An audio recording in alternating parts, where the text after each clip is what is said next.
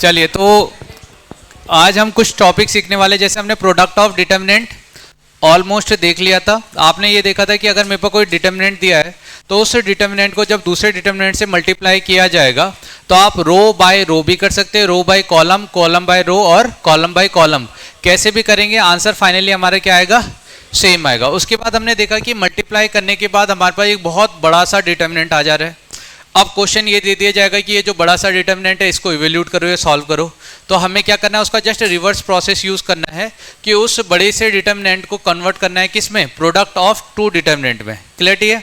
ठीक है, तो कुछ क्वेश्चंस बेसिक सॉल्व करेंगे, उसके बाद आगे इस पे बात करेंगे लिमिट ऑफ डिटर्मिनेंट, फिर डिफरेंशिएशन और इंटीग्रल ऑन डिटर्मिनेंट। अच्छा, बेसिक डिफरेंशिएशन और इंटीग्रेशन आता है क्या? साइन एक्स का डिफरेंशिएशन क्या होता है और एक्स का इंटीग्रेशन क्या होता है? एक्स का एक्स स्क्वायर बाई 2 यानी बताना है एक्स का इंटीग्रेशन। हाँ, फिर यहाँ पे एक नई टॉपिक आएगा जो क्या है, एडजॉइंट और इनवर्स ऑफ मैट्रिक्स। ठीक है, और क्या है लास्ट में एडजॉइंट की प्रॉपर्टी। इसका मतलब ये डिटर्मिनेंट में अगर मुझे ये चेक करना है कि बच्चे को कितनी नॉलेज है, बच्चा छोड़ो टीचर को नॉलेज कितनी है, सही है ना, तो मैं उसको जो क्वेश्चन पूछूंगा वो यहीं से पूछूंगा। तो आप समझ सकते हो कि पूरे चैप्टर में जो सबसे टफेस्ट वाला जो पार्ट है और सबसे मोस्ट इंपोर्टेंट पार्ट है, एडवांस पॉइंट ऑफ व्यू से, JEE mains point of view से, वो कौन सा है? एडजॉइंट। क्लियरिटी है? ठीक है, तो ये चीजें देखनी है और फिर एडजॉइंट की प्रॉपर्टी। चलिए स्टार्ट करते हैं। अब बेसिक मल्टीप्लाई का, कुछ बच्चे ऐसे थे जिनको मल्टीप्लाई करने में इश्यू आ रहा था, इसीलिए एक दो क्वेश्चन मैंने स्टार्टिंग में रख रखे हैं। ठीक है, तो मल्टीप्लाई पहले कैसा करना चाहें, रो बाय रो या column by column? Row by row. ठीक है, तो इसका हम रो बाय रो ही सॉल्व करते हैं। तो जब रो बाय रो सॉल्व करेंगे तो आप ये देखो क्या आने वाला है यहाँ पे। देखो फर्स्ट रो, ये तो समझ में आया ना कि फर्स्ट में जब आप A11 लिखते हो तो A11 का मतलब क्या है, फर्स्ट रो को किससे मल्टीप्लाई करना है? फर्स्ट रो किसका? सेकंड वाले डिटर्मिनेंट का। तो ये क्या हो जाएगा, 1 मल्टीप्लाई 6, 1 मल्टीप्लाई 6 माइनस 2 मल्टीप्लाई -1 कितना हो गया? 2, और 4 मल्टीप्लाई 3 कितना हो गया? 12। क्लियर है? अब उसके बाद जब फर्स्ट रो को आपको किससे मल्टीप्लाई करना पड़ेगा, क्योंकि यहां आने वाले एलिमेंट का मतलब क्या है, A12, 1 किसके लिए यूज हुआ? First row of first determinant, और सेकंड किसके लिए यूज हुआ? Second row of second determinant. ठीक है, तो फर्स्ट रो को सेकंड से मल्टीप्लाई करेंगे तो 1 मल्टीप्लाई -4 कितना आया? -4, -2 मल्टीप्लाई 2 माइनस ऑफ 4, और 4 मल्टीप्लाई 8 कितना हो गया? 32। क्लियरिटी है सबको? ठीक है, फिर फर्स्ट रो किससे मल्टीप्लाई होगा? थर्ड रो से। 1 मल्टीप्लाई 0, 0, -2 मल्टीप्लाई -9 18, और फिर 4 मल्टीप्लाई 5 20। क्लियरिटी है यहां तक का? सही है। सेकंड क्या करें, आप कौन सा रो लेना है अपने को? सेकंड वाला। अब इसको किससे मल्टीप्लाई करेंगे? A21 है ना, तो 21 वाला है, तो 5 मल्टीप्लाई ये कितना आने वाला है? 30, फिर 0, फिर -18। आप ही लोग बोलो, ज्यादा बेटर है। इसे मल्टीप्लाई करें, इससे कितना आएगा? 20, 0 और -48। बहुत बढ़िया। यहां पे 0, 0, -30। क्लियर है? अब फिर A31, पहले वाले का थर्ड रो, सेकंड वाले का फर्स्ट, तो इसे मल्टीप्लाई करो। अब इसे कितना? -18, -7 प्लस ऑफ 3, यहां पे क्या आएगा? +12 +14 +8। ठीक है, लास्ट में क्या आएगा? 0 -63 +5। क्लियरिटी है? +5। ठीक है, अच्छा आपको ये तो समझ में आ रहा है। देखो क्योंकि इसमें कुछ एलिमेंट 0 हैं तो यहां पे टर्म कितने आ रहे हैं? 2 टर्म आए ना। देखो यहां 2 टर्म आ रहे हैं। ठीक है, इसमें 2 टर्म आए, फिर आप देखोगे कि यहां पे भी 2 टर्म आ रहे हैं। इसमें कितने टर्म आ रहे हैं? यहाँ भी 2 आ रहे हैं, यहाँ पे भी 2 आएंगे, 2, अब यहाँ पे देखो 1 आ गया। बात समझ में आ गई? इसका मतलब क्या है, जब यहाँ जब 1, ये देखो इसमें जब आप देख रहे हो तो बस इसमें एक ही टर्म आया कि नहीं? इसका एक टर्म आने का मतलब क्या है, 1 0 पहले वाले डिटर्मिनेंट में और 1 0 दूसरे वाले में तब होगा। ठीक है, यहां पे अगर एक टर्म, सॉरी यहां पे 2 टर्म 0 है, इसमें एक टर्म 0 होने का मतलब क्या है, एक डिटर्मिनेंट में 0 आ रहा है कोई एक टर्म, इसमें भी 0 है, मतलब एक टर्म तो 0 है। देखो दिख रहा है ना अपने को। मगर जब आपने इस वाले टर्म को इससे मल्टीप्लाई किया तो आप देखो इसको जब इससे मल्टीप्लाई करना है या आप थर्ड वाले रूम में आ गए तो यहाँ पे 2 0 आ गया। A23, क्या ये A23 है? A23 की बात करोगे तो 1 0 इधर है, 1 0 इधर है और डिफरेंट में है 0, इस वजह से कितने 0 आ गए, 2 टर्म 0 हो गए। क्लियरिटी है? तो ये चीजें कब हेल्प करेगी, जब आप जो प्रोडक्ट है उसको ब्रेक कर रहे होगे। बात समझ में आ गई? तो प्रोडक्ट समझ में आया कैसे करेंगे हम सभी, सबको समझ में आया, पीछे आ गया? चलिए ठीक है। अब एक क्वेश्चन कल का हमारा फंसा हुआ था, ये वाला क्वेश्चन, तो इसको हमने ब्रेक किया था, है कि नहीं? इसे हमने ब्रेक किया था तो हमारे पास क्या मिला था, 1 + 2 alpha + alpha square, 1 + 4 alpha + 4 alpha square, 1 + 6 alpha + 9 alpha square, ऐसा ही था। फिर यहाँ पे क्या आ जाएगा, 4 + 4 अल्फा + अल्फा स्क्वायर। ठीक है, यहाँ पे क्या आएगा, 4 + 8 alpha + 4 alpha square, 4 + 12 alpha + 9 alpha square. ठीक है, यहाँ पे 9 + 6 alpha + alpha square, 9 + 12 alpha + 4 alpha square, 9 + 18 alpha + 9 alpha square. मुझे इसको ब्रेक करना था, है कि नहीं? और इसे ब्रेक करने में हमने क्या देखा, देखो आपको क्या देखना है, कैसे पता चलेगा कि ब्रेक करके क्या आने वाला है। यहाँ पे जो 2 डिटर्मिनेंट आप ले रहे हो ना, सही है, आपको वो डिटर्मिनेंट कहाँ से मिलने वाला है, एक तो बस आप गौर से इस रो को देखो और आप इस कॉलम को देखो, आपको मिल जाएगा मैक्सिमम वैल्यूज। ठीक है, मैक्सिमम वैल्यूज मिल जाएगी। मैं कह रहा हूँ मे बी ऐसा हो सकता है कि आप पहली बार में लिखना चाहो तो गलत लिख दो, जैसे कल हम कर रहे थे, है कि नहीं? आप ये देखो कि मैंने क्या बोला था कि यहाँ पे अल्फा स्क्वायर सब में कॉमन है, तो ये तो श्योरिटी है कि एक अल्फा स्क्वायर होगा ही होगा, सही है ना? इसमें क्या कॉमन है, अल्फा कॉमन है, तो एक को हमने क्या लिया, अल्फा, और फिर यहाँ पे क्या है, 1 है। ठीक है, मैंने ये ले लिया, 1 लिया, अल्फा लिया और अल्फा स्क्वायर। फिर मैंने ये कहा था कि अगर यहाँ पे भी 1 अल्फा स्क्वायर आ गया, इसका मतलब गड़बड़ है, वो तो नहीं हो सकता। ठीक है, तो यहाँ पे 1 अल्फा स्क्वायर नहीं आना चाहिए। बात समझ में आ गई? अब आप ये देखो कि फर्स्ट में यहाँ आने वाले जो एलिमेंट है, ये जो एलिमेंट आ रहे हैं, वो एलिमेंट कब आएंगे, जब देखो यहाँ वाले में, यहाँ पे जो ऊपर वाले एलिमेंट आते हैं वो कैसे आते हैं, A11, A12, A1, A13। ठीक है, A11, अब 1 का तो एलिमेंट आपको मिल गया ना, अब ये यहाँ पे किससे मल्टीप्लाई होगा, तीनों रो से, या तो तीनों रो से मल्टीप्लाई होगा या तो तीनों कॉलम से मल्टीप्लाई होगा। क्लियर है? अब आप ये बताओ कि 1 अल्फा स्क्वायर को किससे मल्टीप्लाई करें कि 1 2 अल्फा और अल्फा स्क्वायर आ जाए, 1 2 और 1 ऐसे ले लें। क्लियर है? आप चाहो तो रो में लिख लो, मैंने कॉलम में लिख लिया। सेकंड में क्या होना चाहिए, 1 4 4 ऐसा होना चाहिए। ठीक है, थर्ड में क्या होना चाहिए, 1 6 9। क्या देखो दूसरा डिटर्मिनेंट मिल गया। बात समझ में? यानी कि आप अगर पहला एलिमेंट डिसाइड कर लो तो एक डिटर्मिनेंट तो डायरेक्टली मिल जाएगा। अब बात है कि यहाँ पे और यहाँ पे क्या आएगा, सही है? यानी कि आप देखो जब इस वाले टर्म को मैं मल्टीप्लाई करूंगा 1 1 1 से, तो मुझे यहाँ पे आने वाला जो वैल्यू है वो मिल जाना चाहिए, हाँ है ना? तो यहाँ पे जब जो टर्म आएगा जब वो इससे मल्टीप्लाई होगा तो ये क्या है, 2 1, A21, ये क्या आ जाएगा यहाँ पे, A21। A21 आपका क्या आया है, देखो A21 क्या आया है, 4 4 अल्फा और अल्फा स्क्वायर।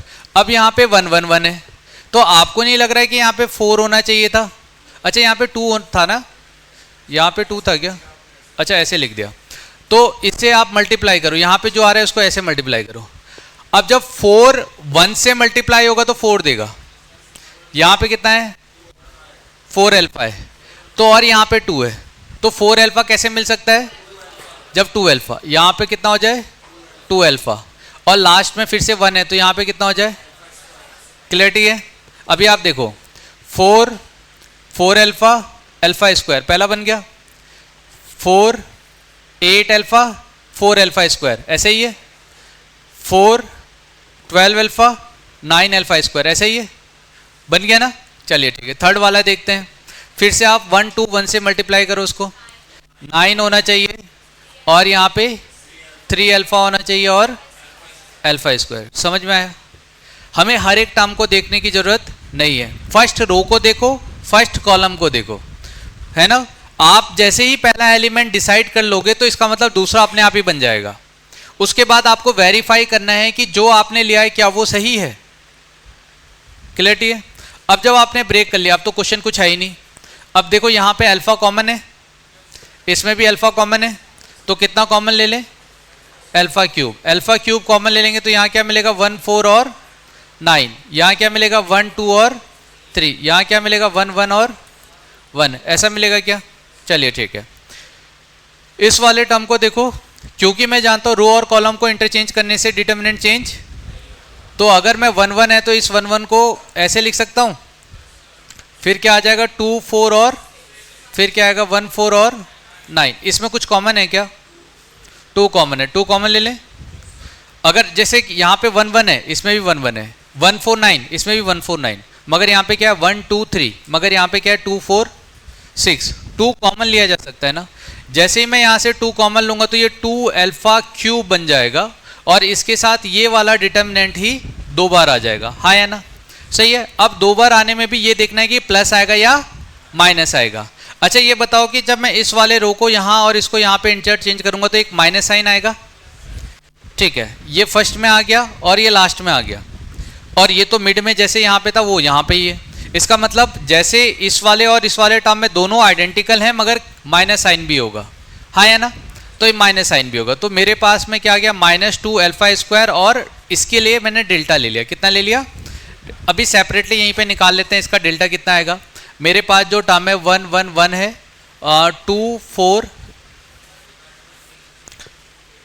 1 1 1 हो गया, सॉरी 1 4 1 4 9 1 2 3 1 1 1। जब 1 1 आता है तो आपको क्या करना होता है? 0 बनाना होता है। अच्छा, इसकी हेल्प से या इसकी हेल्प से मैं इन दोनों को 0 बना देता हूँ। अगर मैं 0 बनाता हूँ तो आप देखो क्या मिलने वाला है मुझे? 1 आएगा, 1 आएगा 1, और 1 में से 4 सब्ट्रैक्ट हुआ 3, 1 में से ये 1 0, यहाँ पे कितना? 8, यहाँ पे 2 और यहाँ पे है कि नहीं? कैंसिल आउट कर दो, कितना मिलेगा?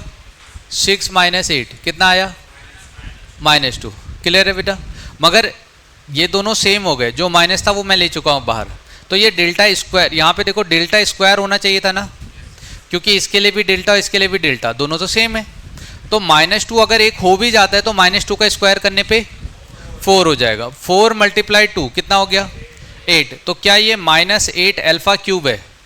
कितना ये? -8 अल्फा क्यूब। ठीक है, तो अगर मेरे पास में -8 अल्फा क्यूब को इक्वल कर देता हूँ -648 अल्फा से, तो माइनस से माइनस कैंसिल, 6 से इसको कैंसिल, 8 से कैंसिल आउट करेंगे, कितना आएगा? ठीक है, तो alpha cube -81 alpha equal to 0। तो एक तो अल्फा कॉमन ले लिया, alpha square minus of 81 equal to 0। तो अल्फा का एक वैल्यू 0, एक वैल्यू 9, दूसरा वैल्यू -9। ठीक है, ऐसा हो जाएगा। तो क्वेश्चन में आगे कुछ ज़्यादा सॉल्व करना नहीं था, मेन जो आपको सॉल्व करना था वो है ब्रेक करना, कि आप ब्रेक कैसे करोगे। क्लियरिटी है? हाँ,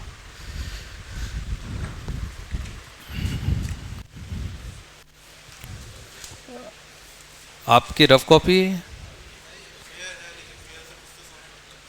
अच्छा ठीक,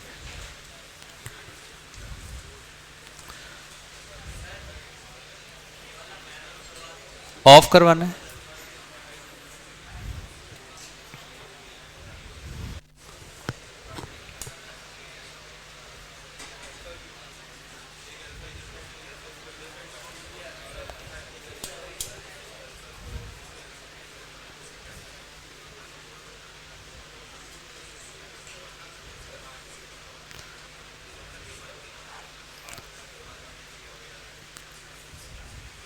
क्लियर है?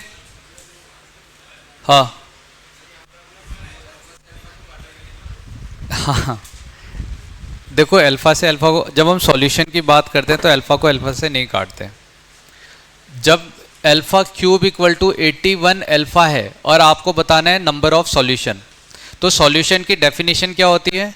Values of alpha for which this equation is satisfy. Clear है? अब आप ये बताओ कि जब आप अल्फा की जगह 0 पुट करोगे तो ये सेटिस्फाई करेगा कि नहीं? करेगा ना। मगर जब आप अल्फा से अल्फा कैंसिल आउट कर दोगे तो आपके पास में पहले 3 सॉल्यूशन आने वाले थे, अब 2 ही आएंगे, 9 और -9। तो कभी भी आप इक्वेशन सॉल्व करते हो ना, तो जितने भी टर्म्स होते हैं उसको या तो आप राइट हैंड साइड ले जाओगे या left hand side, cancel out नहीं करना, गलत आंसर आएगा हमेशा।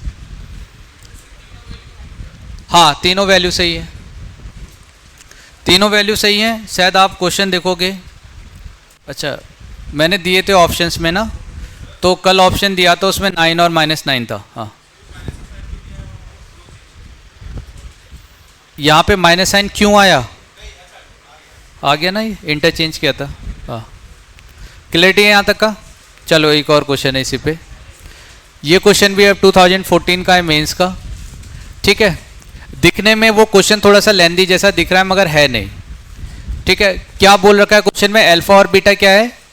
Alpha and beta are not equal to 0 if alpha and beta are not equal to 0 and f of N.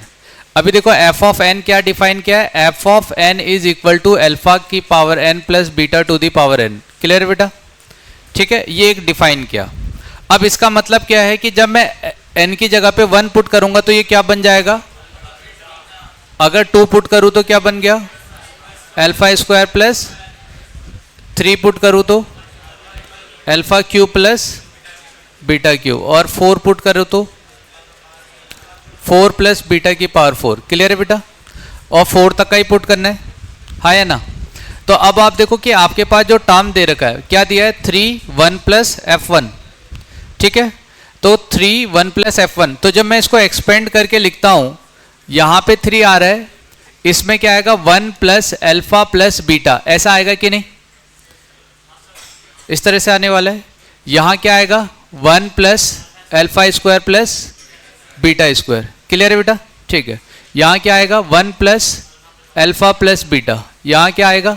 1 plus alpha square plus beta square, 1 plus alpha cube plus beta cube. ठीक है, यहाँ पे 1 plus alpha square plus beta square, 1 plus alpha cube plus beta cube, और 1 plus alpha की power 4 plus beta की power 4।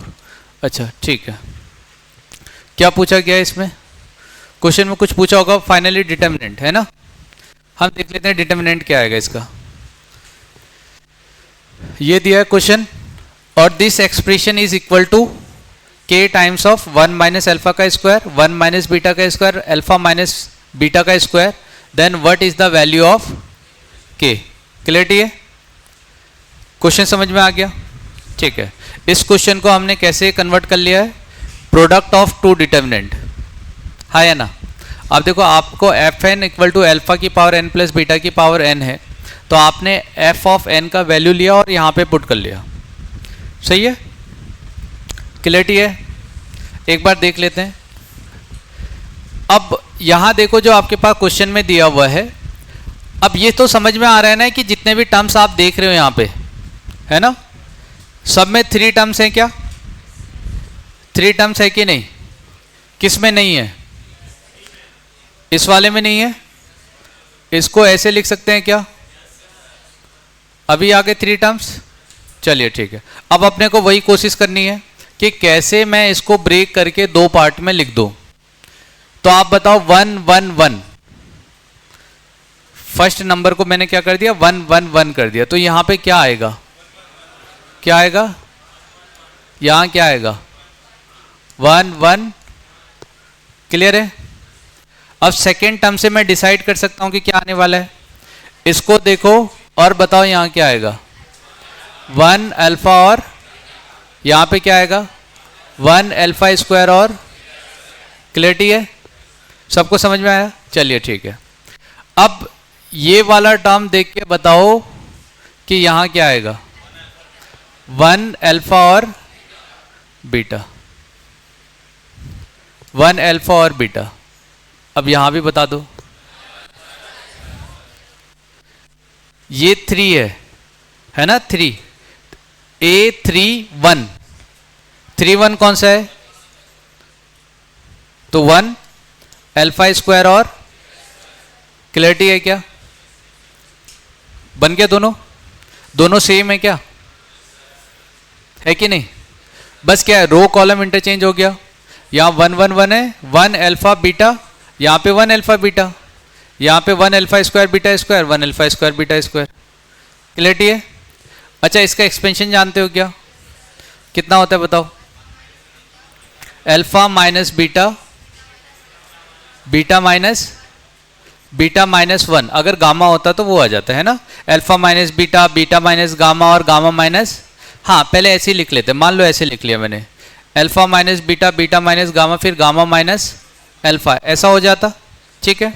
तो आप ये देखो, क्योंकि गामा की जगह पे वैल्यू कितनी आ गई, अभी 1 आ गई है, तो अल्फा माइनस बीटा तो जैसा है वैसे ही रहने वाला है, मगर यहाँ पे बीटा माइनस क्या हो जाएगा, और यहाँ पे क्या हो जाएगा 1 माइनस, ऐसा होगा। तो जैसा ये हुआ वैसे ही तो ये भी होने वाला है, हाँ या ना।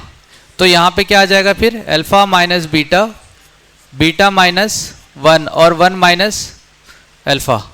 अब डाउट ये आता है कि क्या दोनों सेम है या माइनस साइन भी आ सकता है, तो वो देख लेते हैं।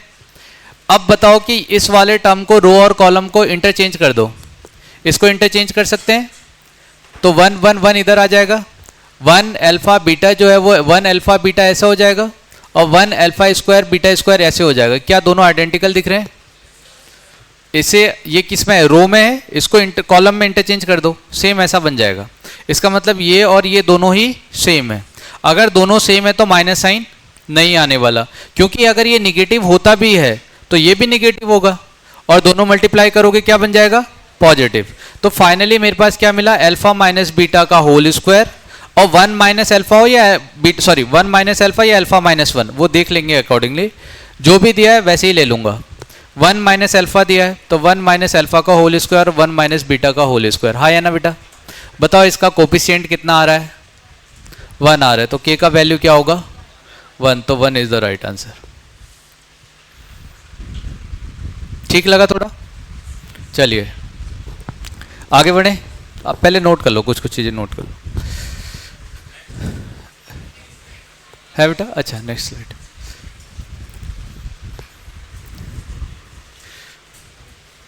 डिटर्मिनेंट में जो प्रोडक्ट वाला है ना, इसमें स्टार मार्क बना लेना, ये बहुत इंपॉर्टेंट टॉपिक है। हाँ,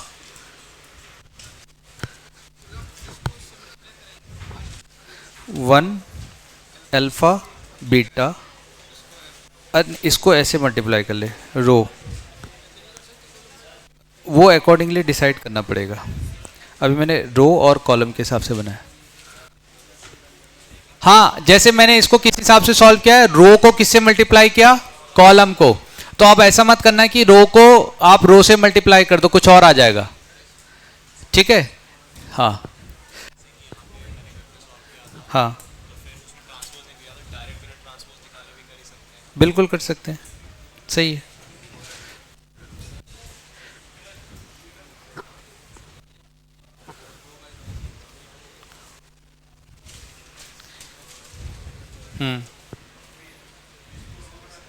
हाँ ठीक है।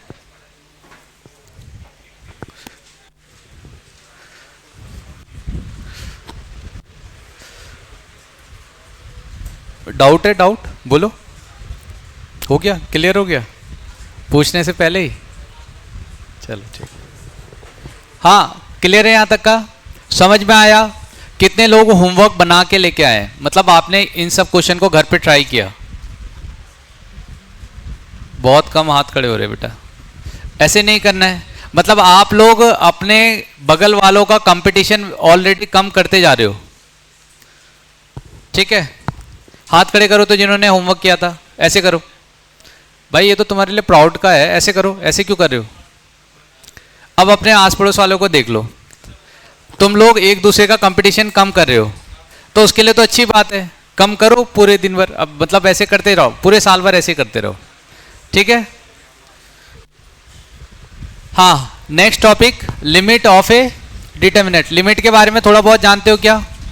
लिमिट के बारे में थोड़ा बहुत जानते हो? लिमिट क्या होता है? ठीक है, बेसिक चीज मैं बता दे रहा हूं, और बेटा अगर नहीं जानते हो ना तो ऐसा मत सोचना कि सब टीचर यहां बता देगा।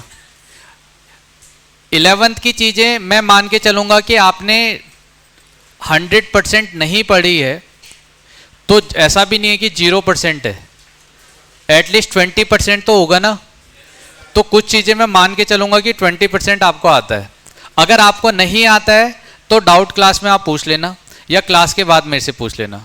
ठीक है, अब क्या है, लिमिट में अगर मैं बेसिक लिमिट की बात करूं तो लिमिट x टेंड टू, अगर कहीं पे 0 आता है और हम ये जानते हैं कि कहीं पे आपके पास में x स्क्वायर टाइप का टर्म आ गया, तो ये क्या हो जाएगा डायरेक्टली 0। लिमिट क्या बताता है? अप्रॉक्सीमेटेड वैल्यू देता है। कैसी वैल्यू देता है? Approximated value.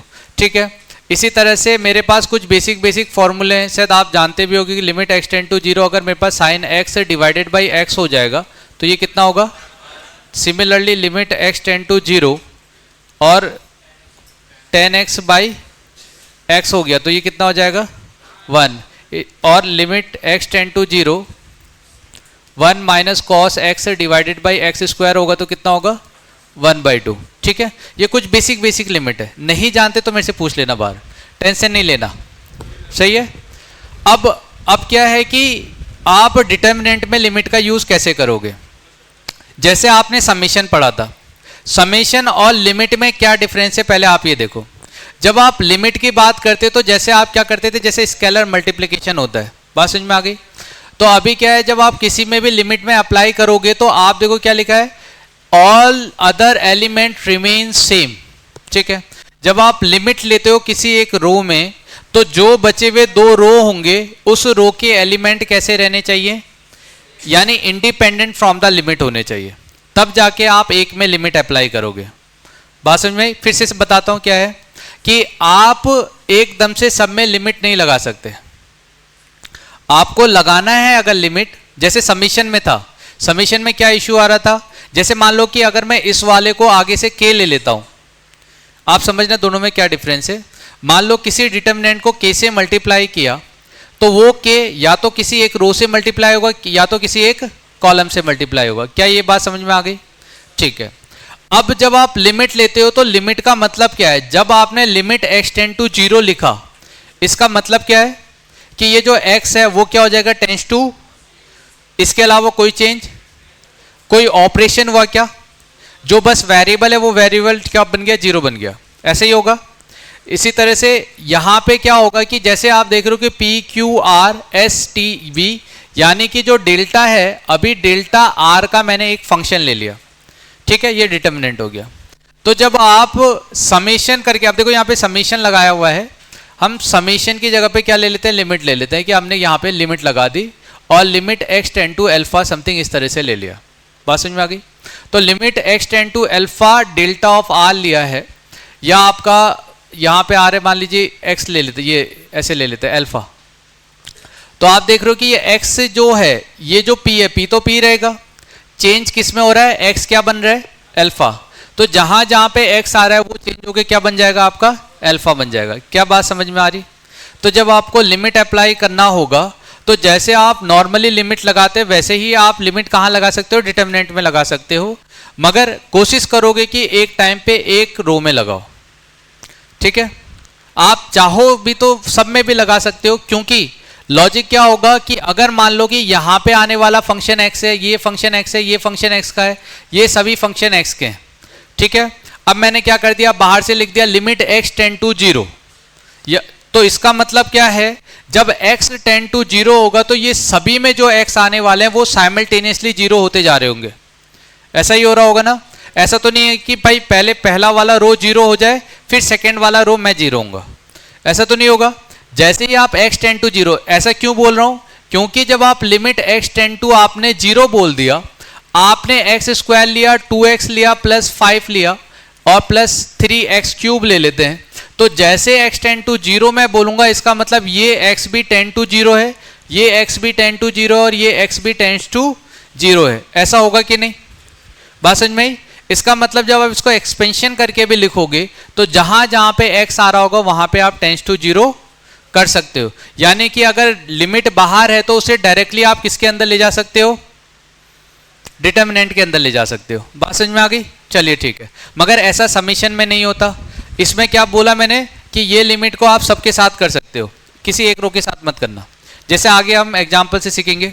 जैसे ये क्वेश्चन है, इस क्वेश्चन में आप क्या देख रहे हो कि एफ एक्स इक्वल टू क्या दे रखा है, cos x, 2 sine x, 10x, x, x square x और 1, 2x और 1 दिया। क्लियरिटी है? ठीक है। क्या पूछा गया, find the value of the limit F X divided by x. Clear है? अब एफ एक्स कौन है, एफ एक्स कौन है, डिटर्मिनेंट, और डिवाइड किससे किया, एक्स से। चलिए ठीक है, तो आप देखो क्या कर रहा हूं, limit x tend to zero और इस एफ एक्स को मैंने किससे डिवाइड किया है, x से। तो जब मैं इस डिटर्मिनेंट को x से डिवाइड करूंगा तो डिवाइड करने का मतलब क्या होगा, इसके बाहर से क्या आ जाएगा, 1/x आ जाएगा। अब ये 1/x को या तो मैं किसी एक रो से मल्टीप्लाई कर सकता हूं या तो मैं किसी एक, ये तो कर सकता हूं। तो कौन से रो से मल्टीप्लाई करूं बताओ, फर्स्ट वाले से करूं या सेकंड वाले से? सेकंड वाले से करना ज्यादा बेटर है ना। तो cos ऑफ x यहां पे कितना हो गया, 2 sin x और यहां कितना हो गया, 10x। ये क्या हो जाएगा, जैसे ही x से डिवाइडेड बाई x होगा तो यहां पे क्या आएगा, यहां पे कितना आएगा, यहां पे 2x और 1। क्लियर है बेटा, ऐसा आ जाएगा।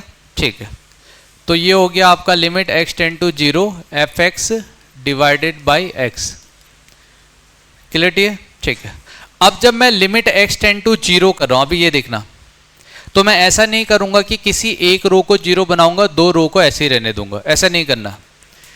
जैसे ही x टेंड टू जीरो होगा, यानी कि जहां जहां पे x आ रहा है वो सभी जीरो। तो cos जीरो कितना बन गया, साइन जीरो कितना बन गया, tan जीरो क्या बन गया, ये क्या है, ये क्या बन गया, ये क्या बन गया, ये इसका मतलब फाइनल, हाँ या ना। इसका मतलब क्या, while applying limit each term, सही है, each term of the determinant will be affected by the limit. ठीक है, जितने भी टर्म अंदर है, आपने जैसे ही x टेंड टू जीरो बोला, यानी सभी टर्म में आप x इक्वल टू 0 0 0 0 कर दो। क्लियरिटी है? समझ में आया? समेशन के लिए अलग रूल है और लिमिट के लिए अलग रूल है। समेशन आप एक टाइम पे किस पे लगा सकते हो, या तो एक रो में या तो एक, मगर जब लिमिट लगाओगे तो आप सभी में लिमिट एक साथ ही लगा सकते हो, हाँ या ना। क्लियरिटी है? समझ में आया? चलिए ठीक है। हाँ, cos x में, हाँ यहां पे cos जीरो करोगे, cos जीरो कितना होता है, हाँ हाँ इसीलिए 1 लिखा है। ठीक है, हाँ। समझ में आया? ठीक है, बेसिक कुछ और ऑपरेशन है हमारे पास। ये तो हो गया लिमिट। अभी एक दो क्वेश्चन आपको और लिमिट में मिलेगा। नेक्स्ट हम बात करें डिफरेंशिएशन और इंटीग्रल ऑन ए डिटर्मिनेंट। सही है, इसके रूल थोड़े से अलग हैं। जैसे समेशन के रूल हैं वैसे ही रूल डिफरेंशिएशन के भी हैं। सही है, तो यहाँ पे मैंने एक पहले बेसिक डिफरेंशिएशन, पहले मैं आपको कुछ चीज़ें बता देता हूँ। मान लीजिए कि अगर मेरे पास में यहाँ पे एक डिटर्मिनेंट है और इस डिटर्मिनेंट में 3 रो हैं, R1 R2 R3, ऐसे बोल देता हूँ। ठीक है, इस तरह से 3 रो हैं, या आप 3 क्रॉस 3 डिटर्मिनेंट को लेके भी चल सकते हो, क्योंकि आपका स्टैंडर्ड वही है। यहाँ पे एक रो ये है, एक रो ये है, एक रो ये है, ऐसा होगा कि नहीं? कितने रो हैं इसमें? 3 रो हैं। तो अगर 3 रो हैं तो आप क्या, अगर आप किसी एक रो के अबाउट में एक्सपेंड भी करते हो, जैसे आपने बोला कि ये एक रो है, ये एक रो है, ये एक रो है, ठीक है, 3 रो हो गए, यानी कि मैंने इस डेल्टा को इस तरह से रिप्रेजेंट कर दिया कि अगर R1 है, R2 है, R3 है, होगा क्या, ऐसा हो सकता है कि R1 में कोई वेरिएबल फंक्शन हो। बात समझ में आ गई? वेरिएबल फंक्शन का मतलब क्या है कि इस वाले टर्म को मैं ऐसा लिख सकता हूँ, यहाँ पे x आ जाए, यहाँ 0, यहाँ पे 0 आ जाए, पॉसिबिलिटी है, ठीक है। ऐसा हो सकता है कि यहाँ पे 1 आ जाए, x आ जाए और x आ जाए। ऐसा हो सकता है यहाँ पे 2 आ जाए, 0 आ जाए, x आ जाए। हाँ या ना बेटा? अब आप ये देखो कि फर्स्ट रो में एक वेरिएबल है, इसमें 2 वेरिएबल है, इसमें 1 वेरिएबल है। बात समझ में आ गई? तो जब आप इसका डिफ्रेंशिएशन करोगे, यानी डिफ्रेंशिएशन ऑफ ए डिटर्मिनेंट करोगे, तो आपको क्या करना है? तो आपने बेसिक चेन रूल के बारे में पढ़ा होगा 11th क्लास में। उसमें क्या करते थे कि अगर मेरे पास में 2 फंक्शन है, यानी u और v कोई 2 फंक्शन है, तो इन दोनों का क्या कहते हैं, u dash v plus u और v डैश, यानी कि पहले वाले फंक्शन का डिफ्रेंशिएशन दूसरा वाला फंक्शन ऐसे ही रहेगा, फिर दूसरे वाले फंक्शन का डिफ्रेंशिएशन और पहला वाला फंक्शन ऐसे ही रहेगा। ऐसे ये जानते हैं हम। सेम वही लॉजिक यहाँ पे फॉलो किया जाता है। क्यों?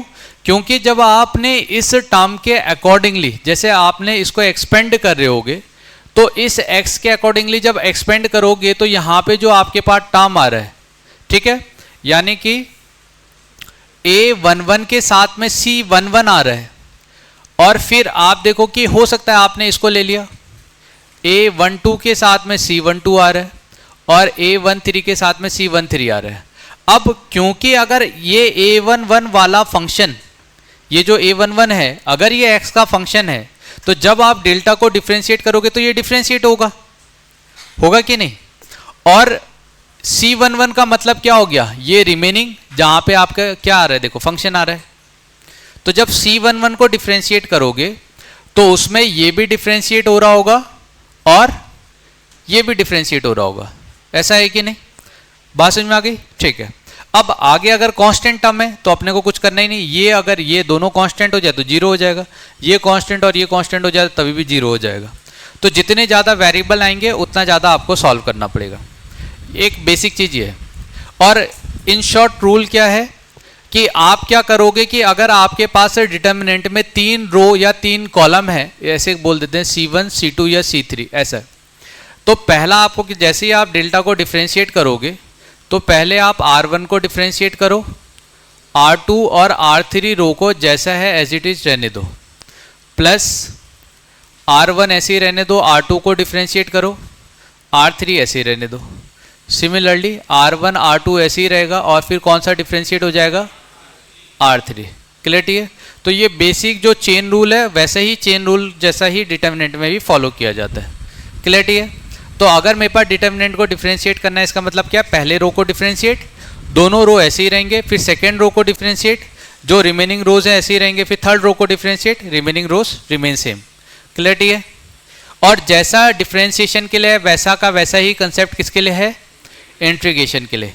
जब आप एक रो को इंटीग्रेट कर रहे होगे तो रिमेनिंग अदर 2 रोज रिमेन कांस्टेंट, वो सेम रहने चाहिए, ठीक है। फिर दूसरे को करो, फिर आपका सॉल्व रहने चाहिए। ये तो तरीका तब हो गया जब मोर देन 1 रोज में आपके वेरिएबल होंगे। अब अगर ऐसा होता है कि 2 रो कांस्टेंट है और एक ही रो में वेरिएबल है, तब अपने को सोचना ही नहीं है, डायरेक्टली एक रो में लगाना है। जैसे मान लो कि अगर ये रो और ये रो कांस्टेंट होते तो इसको डिफरेंशिएट करता तो ये 0 हो जाता ना।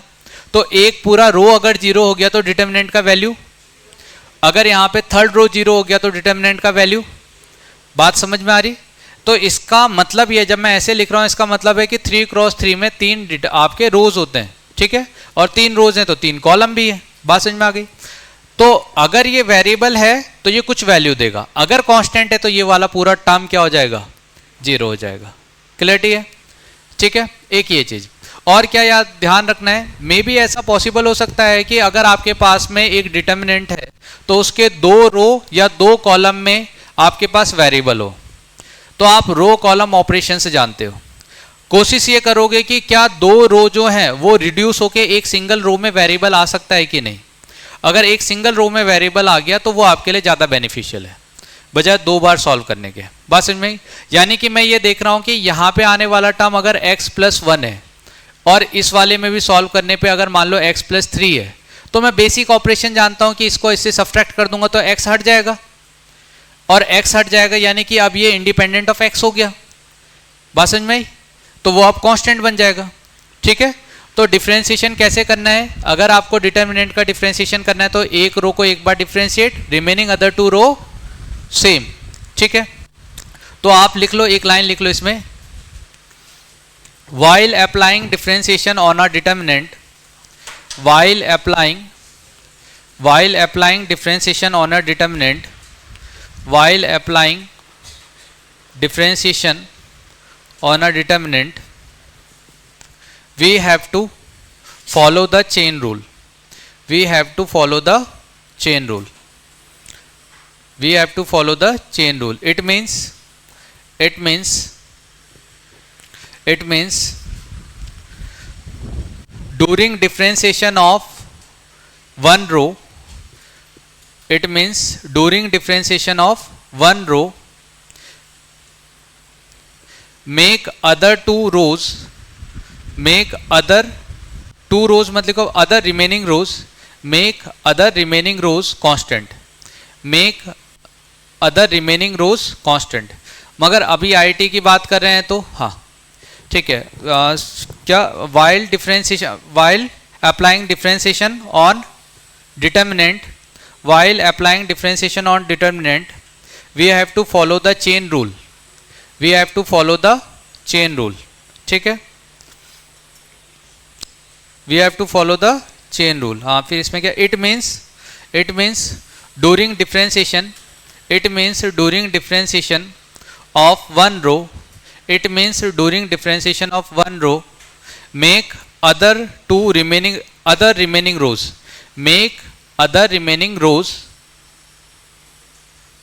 constant, ठीक है। अब रिमेनिंग इसलिए कि भाई देखो वैसे तो इन जनरल लिखा दिया, मगर आपके लिए तो कोर्स में 2x2 और 3x3 ही है ना। तो एक रो को कांस्टेंट करोगे तो बचे हुए दो रो को आपको क्या करना पड़ेगा, सॉरी एक रो को डिफरेंशिएट करोगे तो बचे हुए दो रो को क्या करोगे, कांस्टेंट करेंगे। क्या ये क्लियरिटी है? चलिए ठीक है। तो आप ये देखो कि जैसे यहाँ पे आप देख रहे हो कि ये जो आपका डिटर्मिनेंट है इसमें दो रो कैसे हैं, दो कॉलम कैसे हैं, कांस्टेंट है। एक ही में बस फंक्शन है, एक में फंक्शन है, तो जब आप डिफरेंशिएट भी करोगे तो किसको करोगे, एक रो को, और दो तो कांस्टेंट ही आ जाएगा।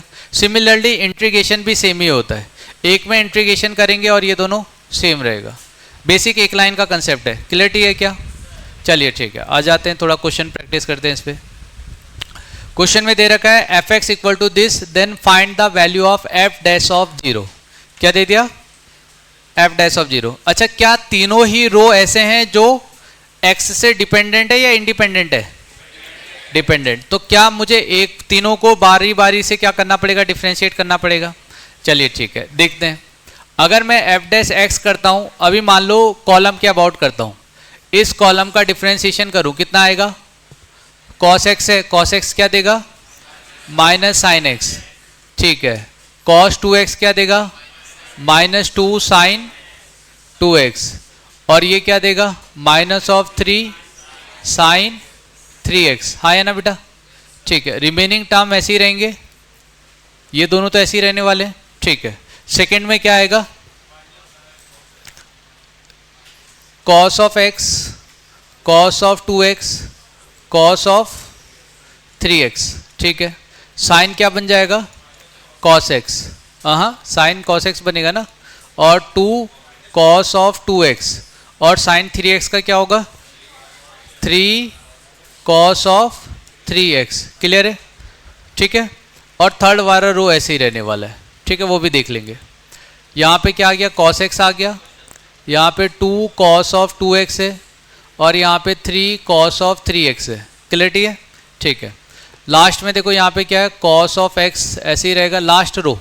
इसका डिफ्रेंशिएशन करेंगे तो क्या बन जाएगा, माइनस साइन एक्स, यहाँ क्या बनेगा, -4 साइन 2x, ठीक है। यहाँ क्या आएगा, -9 साइन 3x, ऐसा आएगा बेटा, ठीक है। अभी मैंने सब नहीं लिखा, नहीं लिखने के पीछे लॉजिक है। लॉजिक क्या है, जब आप f डैश 0 करोगे तो ये पूरा रो जीरो हो जाएगा कि नहीं, हो जाएगा जीरो। अच्छा इसको जीरो करेंगे तो ये पूरा रो, तो इसका डिटर्मिनेंट का वैल्यू, इसका डिटर्मिनेंट का वैल्यू। अब इसमें क्या कोई दो रो आइडेंटिकल दिख रहे हैं, तो इसका भी वैल्यू, तो फाइनल वैल्यू। क्लियरिटी है, समझ में आया। मगर आपको तो लॉजिक समझना है कि अपने को करना क्या है, कि डिफ्रेंशिएशन करना है, और तीनों में अगर आपके रो कॉलम में फंक्शंस हैं तो एक रो को करेंगे, रिमेनिंग अदर टू कांस्टेंट। ठीक है, इसका मतलब मैंने जब इसको डिफ्रेंशिएट किया तो सेकेंड रो कॉलम जैसा है इसको वैसा का वैसा ही लिख देना है, इसमें कोई भी चेंज नहीं आएगा। क्लियरिटी है क्या। इसी तरह से थर्ड वाला भी जैसा है वो भी यहाँ पे ऐसा के ऐसे ही लिखा जाएगा, cos of x 2 cos of 2x और 3 cos ऑफ 3x, ये ऐसे ही लिखा जाएगा। क्लियर है, समझ में आ गया। लिमिट अप्लाई करने पे क्या होगा, समेशन में क्या होगा, डिफरेंशिएशन में क्या होगा, इंटीग्रल में क्या होगा। लिमिट इन तीनों से अलग चलता है, समेशन, डिफरेंशिएशन और थर्ड क्या अपना इंटीग्रेशन, ये एक जैसे आपको दिखाई देंगे, मगर लिमिट इन सभी से अलग चलता है। जैसे ही आप लिमिट अप्लाई करोगे सब में ही सॉल्व हो जाएगा। क्लियरिटी है, चलिए ठीक। नेक्स्ट क्वेश्चन क्या है, इंटीग्रेशन करना है। अभी कितने वेरिएबल दिख रहे हैं आपको, कितने रो में वेरिएबल दिख रहे हैं, दो में दिख रहे हैं क्या, एक में तो नहीं है। ठीक है, अब आपको क्या करना पड़ता,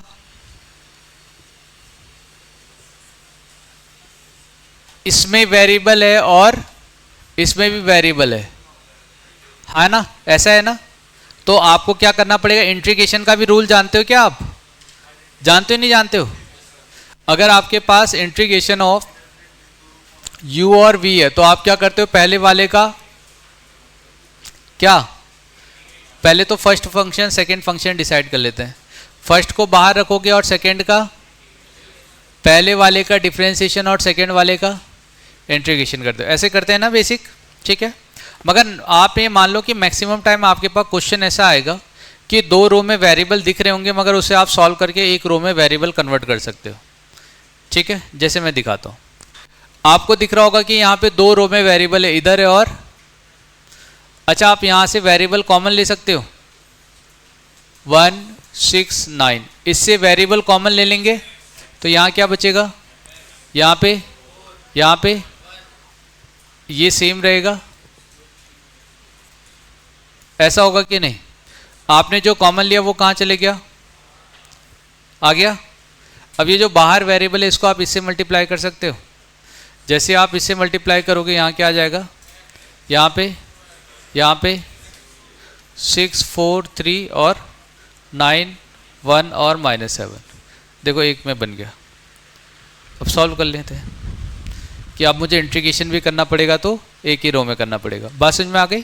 ठीक है, तो क्वेश्चंस हमेशा ऐसा बनाया जाएगा कि आप देख रहे हो ना PYQ के क्वेश्चन है मैक्सिमम, मगर सब एक या दो लाइन में सॉल्व हो जा रहे हैं ना, तो क्वेश्चन हमेशा ऐसा फ्रेम किया जाता है कि आपको मेहनत ज़्यादा ना करना पड़े मगर दिमाग ज़्यादा लगाना पड़े। क्लियरिटी है, समझ में आ गया। चलिए ठीक, तो इंटीग्रेशन तो बेसिक आप जानते हो, बता दो x का इंटीग्रेशन क्या होता है, x स्क्वायर का और x क्यूब का, रिमेनिंग रोज सेम रहेंगे। ठीक है, यानी इंटीग्रेशन एक ही में, क्योंकि और दो में अगर होगा भी, अच्छा और दो में भी कुछ होगा क्या, एक रो में तो हो गया, इसमें कुछ है वैल्यूज नहीं है, मगर इंटीग्रेशन तो हो सकता है ना, हो सकता है नहीं हो सकता है,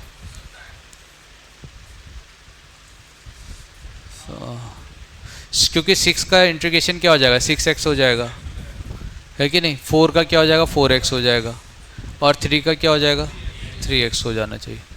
ठीक है, तो इसको अभी हम इतना ही लिखते हैं। इसमें ना, इसको मैं कल थोड़ा सा बताता हूँ, इसमें मे भी आ सकता है नहीं भी आ सकता है। सही है, इंटीग्रेशन में।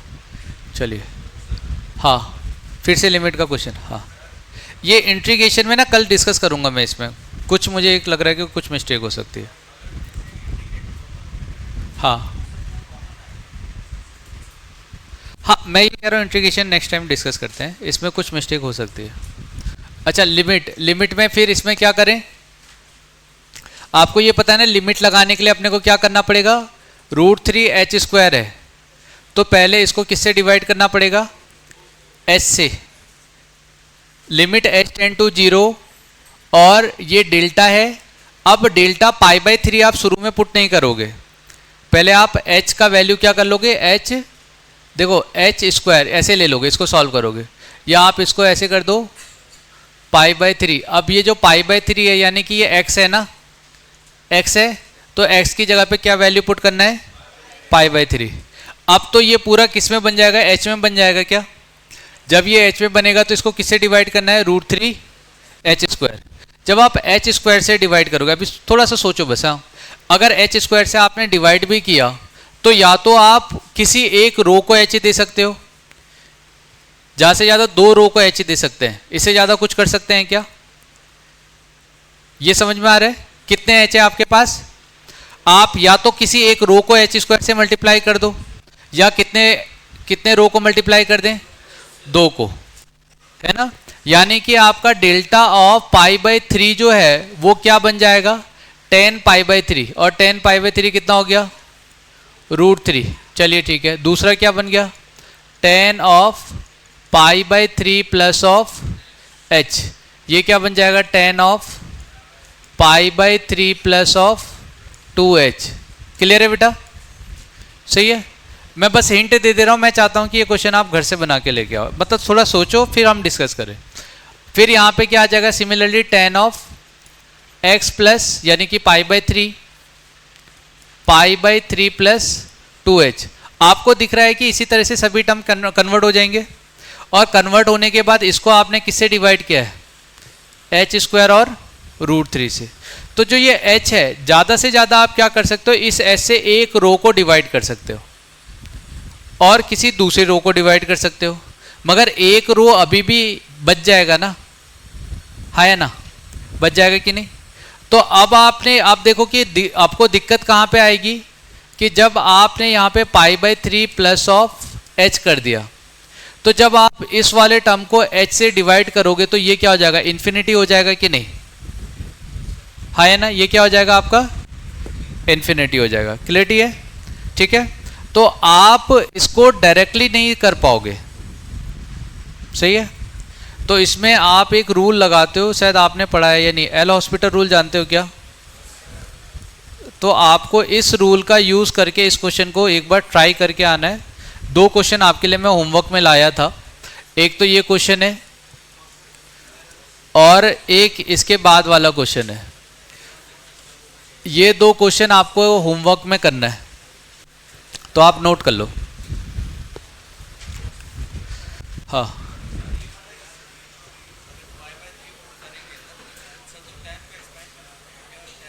नहीं एक्सपेंड नहीं करना, ऐसे डिफ्रेंशिएशन से कर सकते हो एल हॉस्पिटल रूल लगा के, या हाँ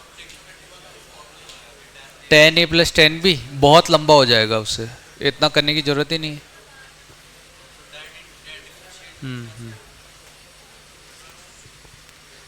आप डायरेक्टली डिफ्रेंशिएट करके सॉल्व करोगे, ठीक है, ठीक, नोट कर लिया, ठीक है। अच्छा क्वेश्चन है, इसलिए मैं कह रहा हूँ कि अगर मैं अभी बता दूंगा तो आप सोच नहीं पाओगे बाद में, है ना, तो इसलिए आप थोड़ा सोच के आना, कल हम करेंगे। एक और क्वेश्चन,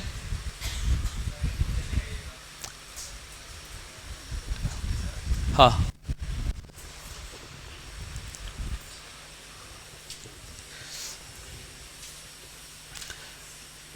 मतलब टॉपिक में ऐसा बहुत सारा कुछ नहीं है, मगर बस ये है कि क्वेश्चन 1-2 प्रैक्टिस कर लोगे तो कॉन्फिडेंस आ जाएगा इसमें, और कुछ नहीं।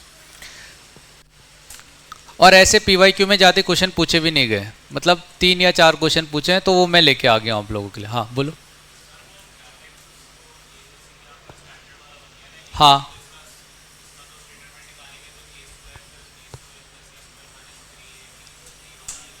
अब मगर आप इतना लंबा इसमें लगाओगे तो कॉम्प्लिकेटेड नहीं हो जाएगा बहुत।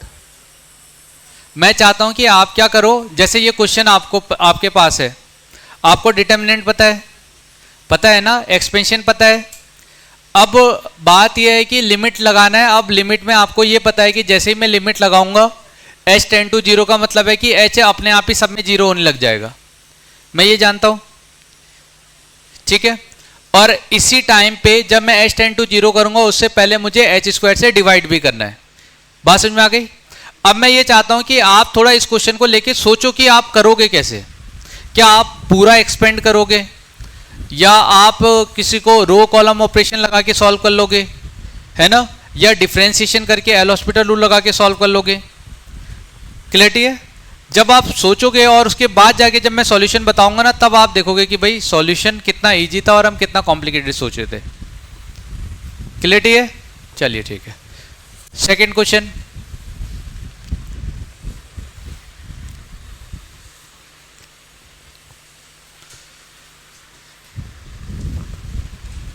तो delta of x equal to आपके पास में एक डिटर्मिनेंट दे दिया है और आप देखो ये एफ डैश एक्स है और 0 से π/2 तक का इंटीग्रेशन जानते हो ना, बस आप इंटीग्रेशन करके लेके आना। होता क्या है, इंटीग्रेशन 0 से अगर यहाँ पे 1 दिया है, अगर x दिया है, तो सबसे पहले मेरा काम है कि मैं इंटीग्रेशन कर लूँ और इंटीग्रेशन करने के बाद जब इस तरह की वैल्यू आती है तो एक बार इसमें क्या पुट कर देते हैं 1, फिर माइनस करके फिर एक बार क्या कर देंगे 0। इसको बोला जाता है कि ये क्या आपका डेफिनेट इंटीग्रल।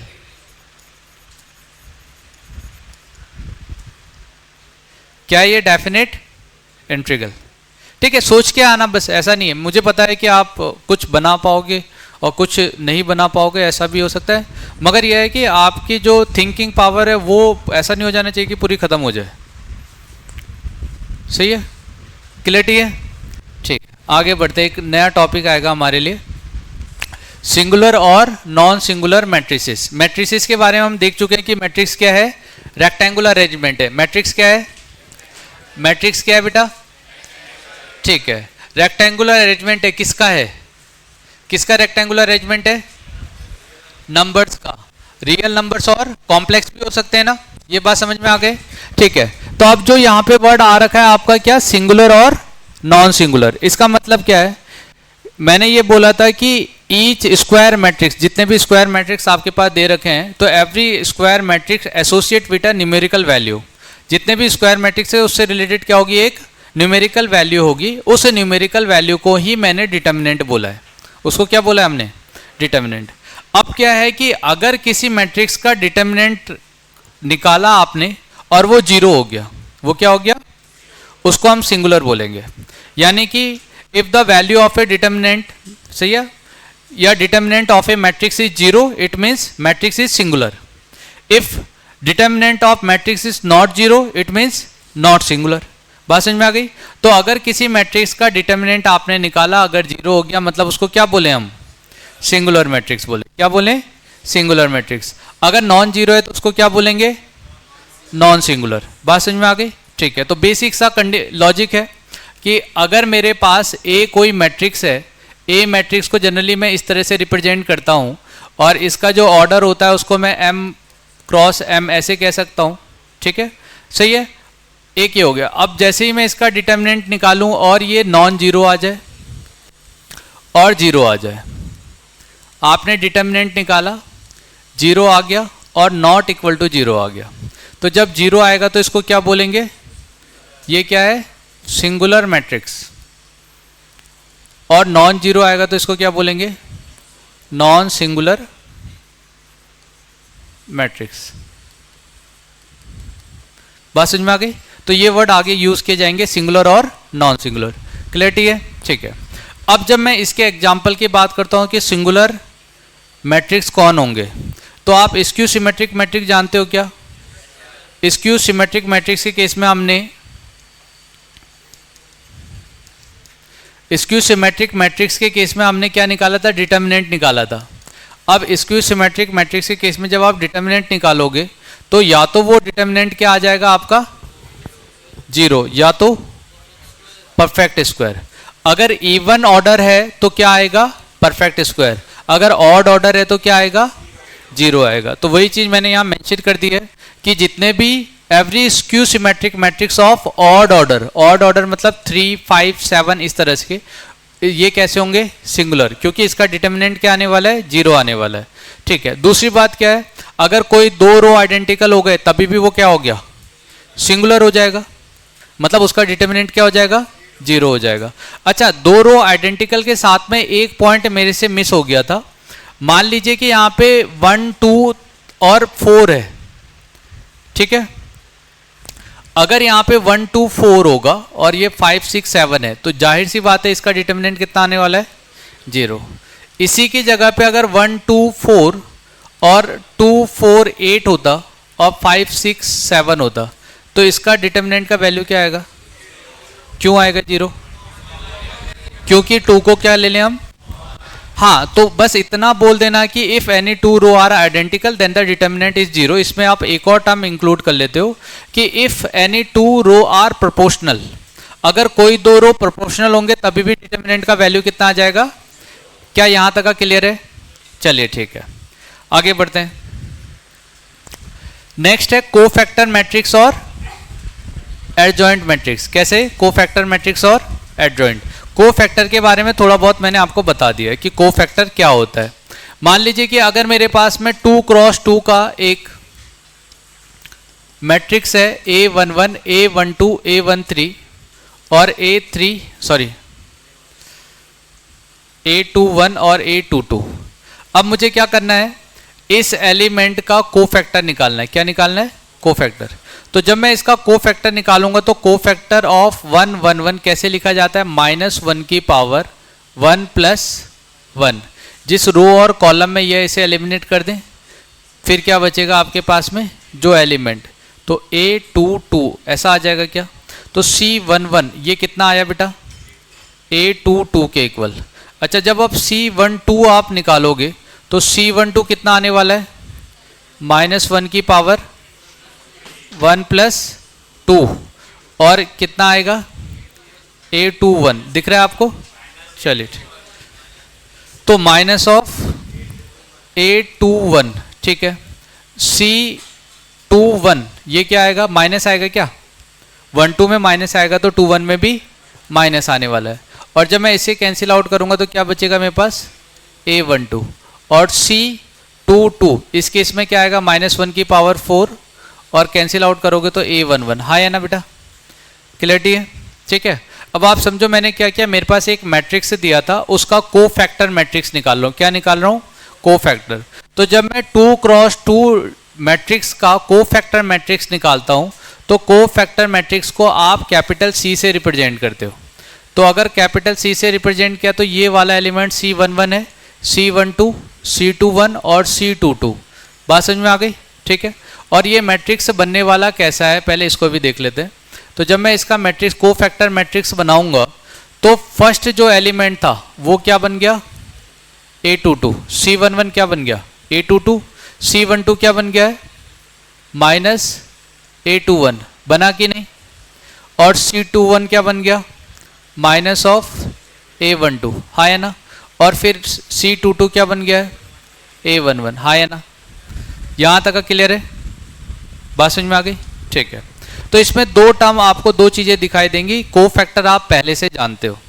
हम ये जानते हैं कि जब कोफैक्टर मैट्रिक्स का डिटर्मिनेंट निकाला जाता है, जैसे ये वाला टर्म है, इसका डिटर्मिनेंट आप निकाल सकते हो। निकाल सकते हैं कि नहीं? चलिए ठीक है। तो अगर 2 क्रॉस 2 की आप बात करोगे तो मान लो कि कोफैक्टर मैट्रिक्स का जब मैंने डिटर्मिनेंट निकाला तो क्या मुझे A11, A22 minus of A12, A21 ही मिलेगा? क्या ये मिलेगा? अच्छा, यहां बताओ कि जब मैं इसका डिटर्मिनेंट निकालता तो इसका डिटर्मिनेंट निकालता तो क्या मिलता? A11, A22 माइनस A21 और A12। क्या यहां आने वाला वैल्यू और यहां आने वाला वैल्यू सेम है या डिफरेंट है? सेम है कि नहीं? ठीक है। इसका मतलब क्या है कि अगर आपके पास 2 क्रॉस 2 का कैसा भी डिटर्मिनेंट या मैट्रिक्स से दिया है, सही है, तो in case of 2 cross 2 matrix determinant of matrix and its cofactor are equal। Clear है? तो अगर आपके पास में कोफैक्टर मैट्रिक्स दे रखा है तो 2 क्रॉस 2 केस में आपका मैट्रिक्स का डिटर्मिनेंट और कोफैक्टर का डिटर्मिनेंट दोनों कैसे हो जाएंगे?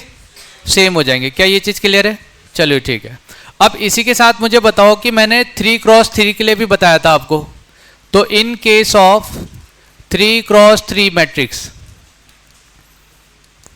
है ना, इस केस में हमने क्या देखा था? डिटर्मिनेंट ऑफ कोफैक्टर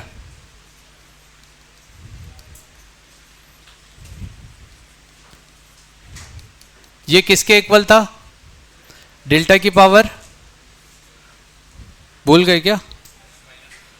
डेल्टा की पावर कितना था? 2। और अगर हमारे पास इन जनरल है n क्रॉस क्या है, तो कोफैक्टर मैट्रिक्स का डिटर्मिनेंट कितना था? डेल्टा की पावर। अब इस n की जगह जब आप 2 पुट करोगे तो 2 - 1 क्या हो जाएगा? तो कोफैक्टर मैट्रिक्स का डिटर्मिनेंट और डिटर्मिनेंट दोनों सेम होगा कि नहीं? क्या ये बात समझ में आ गई? ये समझ में आया कि कोफैक्टर मैट्रिक्स कैसे बनाया जाता है। ठीक है, अब यहाँ पे एक नया टर्म इंट्रोड्यूस करना है, वो है एडजॉइंट। क्या है? तो एक एडजॉइंट वर्ड इंट्रोड्यूस करना है, वो होता क्या है पहले उसे हम समझते हैं।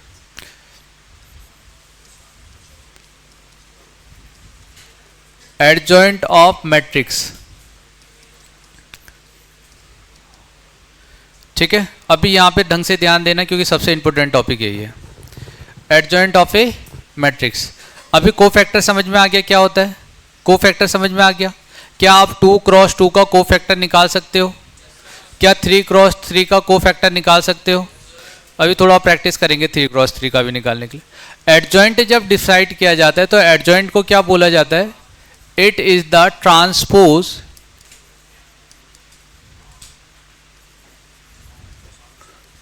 Of cofactor matrix. It is the transpose of cofactor matrix. अभी यहाँ पे एक वर्ड आ रहा है ट्रांसपोज। ट्रांसपोज के बारे में मैंने ये बताया था कि if we interchange row and column then we get a transpose. जैसे मान लो कि आपके पास में एक यहाँ पे मैट्रिक्स है A B C D, ठीक है। तो जब आपको A ट्रांसपोज लिखना है तो A ट्रांसपोज का मतलब क्या हो जाएगा? A B C D। रो और कॉलम को क्या कर दें? इंटरचेंज कर देंगे तो हमको ट्रांसपोज मिल जाता है, ठीक है। If we interchange the row and column then we get a transpose. क्या मिल जाएगा अपने को? ट्रांसपोज मैट्रिक्स मिल जाएगा। अब क्या बोला गया कि अगर आपके पास जो भी कोफैक्टर मैट्रिक्स मिल रहा है उस कोफैक्टर मैट्रिक्स का आप ट्रांसपोज कर दोगे, यानी उसके रो और कॉलम को इंटरचेंज कर दोगे, तो आपको जो फाइनली मैट्रिक्स मिलेगा उस मैट्रिक्स को हम क्या बोलेंगे? Adjoint of A matrix. उसको हम क्या बोलने वाले हैं? Adjoint of A matrix. फिर से सुनो क्या है। सबसे पहले आपके पास में कोई एक मैट्रिक्स है, उस मैट्रिक्स से आप पहले क्या निकालोगे? कोफैक्टर निकालोगे। अब कोफैक्टर निकाल चुके हो, उसके बाद आपने क्या किया? रो और कॉलम को इंटरचेंज कर दिया। इंटरचेंज करने के बाद फाइनली जो आपके पास में मैट्रिक्स मिल रहा है उसको हम क्या बोलेंगे? Adjoint of A matrix. क्या बोलेंगे? Adjoint of A matrix. इसको इन शॉर्ट में भी लिखा जाता है, इसे ADJ ऑफ A इस सिंबल का यूज करके रिप्रेजेंट किया जाता है। इन शॉर्ट में क्या बोल दिया गया? एडजॉइंट ऑफ A बोला जाता है इसको। क्या बोलेंगे? Adjoint of A। कोफैक्टर को किससे रिप्रेजेंट करेंगे? कैपिटल C से। किससे रिप्रेजेंट करेंगे? कैपिटल C से। चलिए ठीक है। और नॉर्मल मैट्रिक्स होगा उसे कैपिटल A लेटर से रिप्रेजेंट किया जाता है। क्या ये बात समझ में आ गई? चलिए ठीक है। अब आप ये देखो कि जब हम मैट्रिक्स की बात करते हैं, क्या ये दोनों सेम है या डिफरेंट है? ये दोनों सेम है या डिफरेंट है?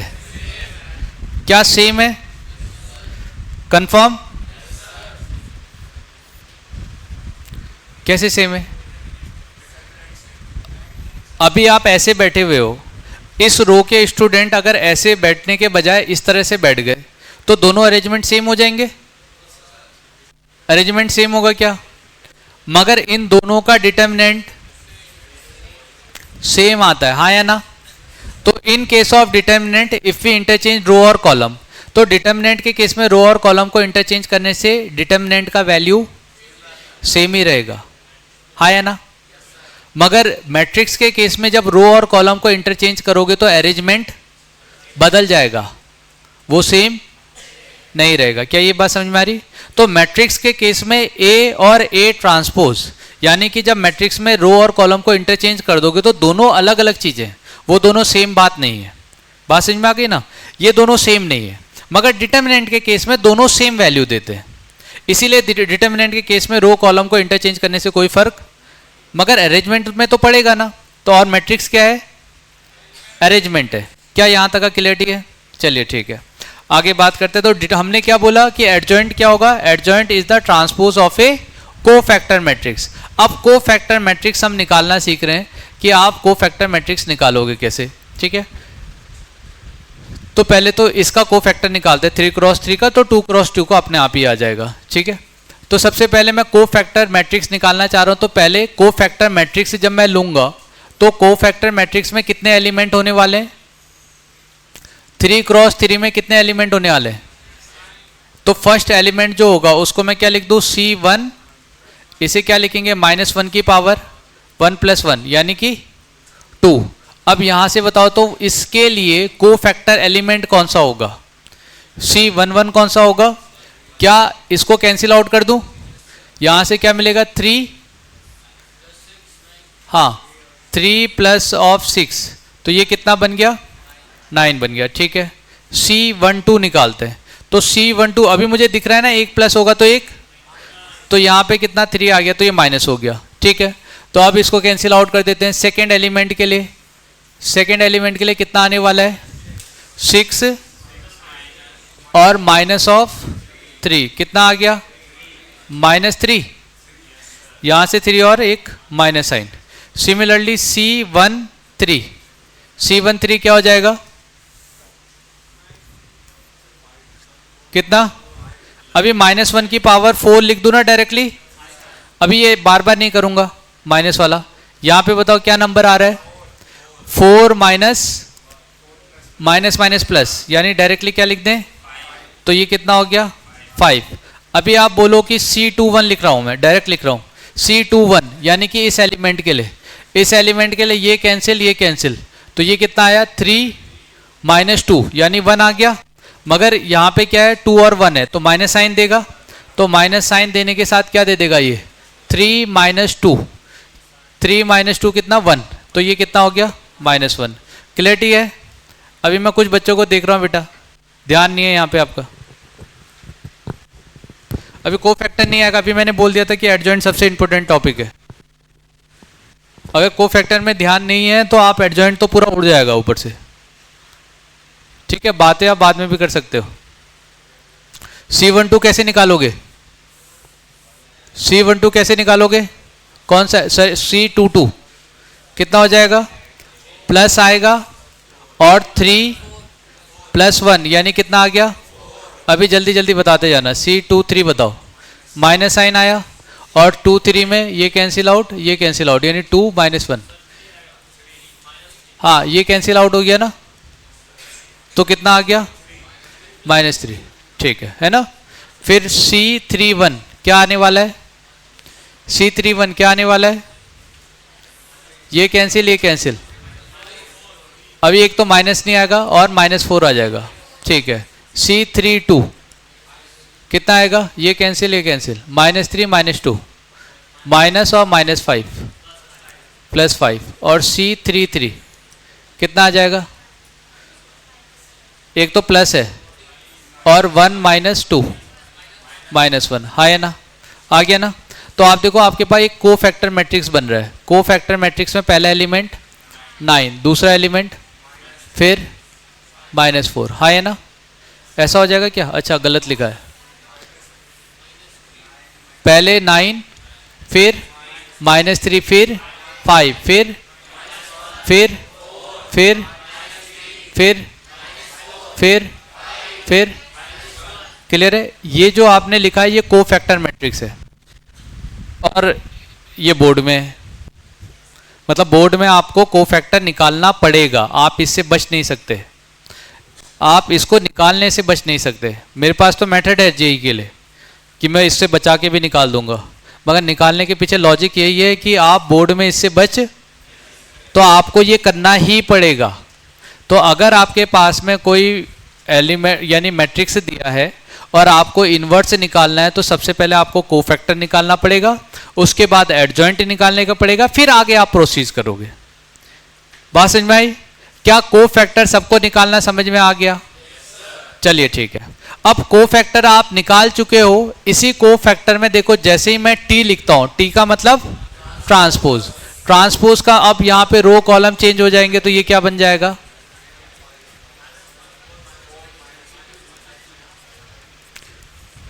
इस टर्म को ही हम क्या बोलते हैं? Adjoint of transpose of cofactor matrix is known as adjoint. इसको क्या बोला हमने? तो transpose of cofactor matrix is known as adjoint of A. तो अब ये आ गया मेरा एडजॉइंट ऑफ ए। क्लियरिटी है? तो क्या मैं 3x3 मैट्रिक्स के लिए एडजॉइंट ऑफ ए निकाल सकता हूं? सबको क्लियरिटी है ना? चलिए ठीक है। अब आ जाते हैं 2x2 के लिए एडजॉइंट कैसे निकालेंगे। ठीक है, पहले यहां पे आप एक चीज देखो, मैं आपको दिखा देता हूं जो मैंने यहां पे निकाला था, और ये निकाला किस लिए था। ये सॉल्व किया ना मैंने। अच्छा, ये कौन सा मैट्रिक्स है? कोफैक्टर। अब अगर मुझे यहां से एडजॉइंट ऑफ ए चाहिए, तो मुझे क्या करना था? क्या करना था? Transpose A22 minus A21 minus A12 और A11, ऐसा हो गया। अब इसको और इसको दोनों को देखो तो कुछ दिख रहा है इसमें? आपको नहीं लग रहा है कि इस डायगोनल में जो एलिमेंट आ रहे हैं वो क्या हो गए? इंटरचेंज। इसमें क्या हुआ है? इसमें क्या हुआ है? बस माइनस साइन लग गया ना। तो आप आगे के लिए याद रखोगे कि 2x2 अगर आपके पास मैट्रिक्स दिया है और उसमें आपको एडजॉइंट ऑफ ए निकालना है, तो interchange the diagonal element. Diagonal मतलब कौन सा डायगोनल? Principal diagonal. और take the minus sign in geometrical element. मगर ये किसके लिए वैलिड है? ठीक है, यानी कि 2x2 में अपनी स्पीड बढ़ जाएगी और हम डायरेक्टली निकाल सकते हैं। जैसे ये क्वेश्चन था, इस क्वेश्चन में अपने को क्या करना था? यहां पे 5, यहां पे ये -3 और ये आंसर कौन सा हो जाएगा? तो A is the correct answer. Clarity है? समझ में आया? चलिए ठीक है। हो गया टाइम? हो गया क्या? ठीक है। हाँ, एक सेकेंड, हाँ स्टॉप कर दो।